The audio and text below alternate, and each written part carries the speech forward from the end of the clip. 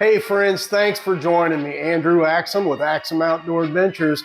Want to learn how to turn your slingshot shooting range into a slingshot shooting gallery? Stick around, I'm going to show you how to do it with stuff you probably already have laying around the house, and it's a lot of fun. So if you've watched any of my other videos recently, you've probably heard me mention that I've been practicing shooting at different ranges, and what has kind of evolved naturally is that my shooting range, which used to be basically I would shoot at 10 meters and practice in my catch box, and occasionally I'd put some cans out a little further, but recently I've been trying to shoot quite a bit more at those further meters and not so much just focus on 10 meters. And I bought a wheel, a measuring wheel that I showed on a video recently, and I'll show that again out in the backyard. But it's made it a lot easier to measure some of the distances that I shoot at and kind of refine it a little more and locate some spots in the yard I can shoot from. And what's kind of naturally progressed is my shooting range has sort of turned into a shooting gallery just by the addition of cans at different measurements, and the wheel has made that a lot easier to keep more accurate. And let's head out in the backyard and I'll just show you what I'm talking about. We're out in my backyard and I'm standing where I normally stand to shoot, and I'll flip the camera around here and let you see what my view normally is at 10 meters where I typically shoot. So as I flip the camera around here, this is my normal view at 10 meters and normally shoot into a catch box there. Recently, I gave my old catch box to my son. He has been bringing over his Scout LT and showing an interest in slingshot shooting. So I let him take the old catch box home, and I've just been using this frame here and shooting at paper plates a lot. And so I put 10 meters on the plate there today so you can see the distances. I don't normally have the meters written on the plates, but let's step forward and we'll see the rest of the targets here. There, of course, is the wheel that makes measuring so much easier. And that fabric on the back of that frame does a really good job of stopping most of the ammo there. And of course, then I use my magnets over here, makes it really easy to just pick everything up. But as we move on, we can see there's a 15-meter target there with a can on top. I like the cans because they give a report back, let me know that I hit it. I have another can in the tree at 20 meters. And finally, a steel can that I have been shooting for quite a while but have yet to penetrate at 25 meters. Got quite a few dings in it, but I will not replace that one until I penetrate it. Of course, this is where I typically stand shooting 10 meters, but if I want to shoot 15, I walk up even with this fence post, and that is 15 meters to the can out there. If I want to move to 20 meters, I move to the corner of the porch next to the grill over here. That is 20 meters to that target. And for the 25 meters, I go pretty much right in between the post and the corner of the porch, and I have a direct shot at 25 meters. So this sort of setup for me just makes it more entertaining to come out and shoot. You get to move around the yard, you get to practice at different distances, you get to practice at different elevations, which is something that I didn't think a lot about before. And it just makes it a lot more enjoyable to come out and shoot. You can make games. So I did look up the difference between shooting gallery and shooting range.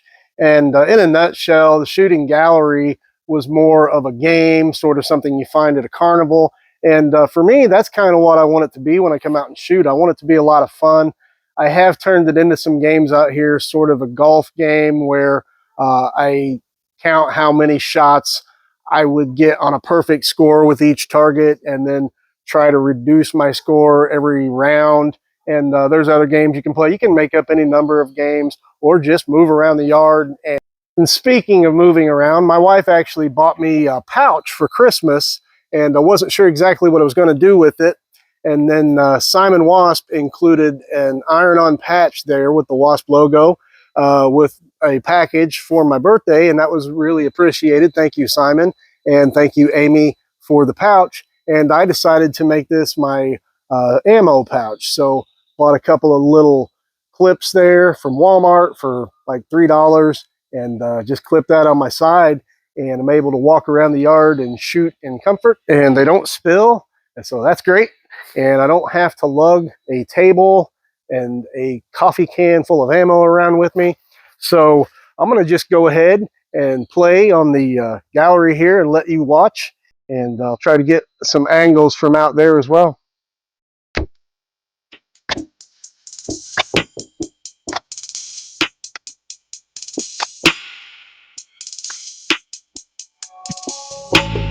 Here's where things get hairy.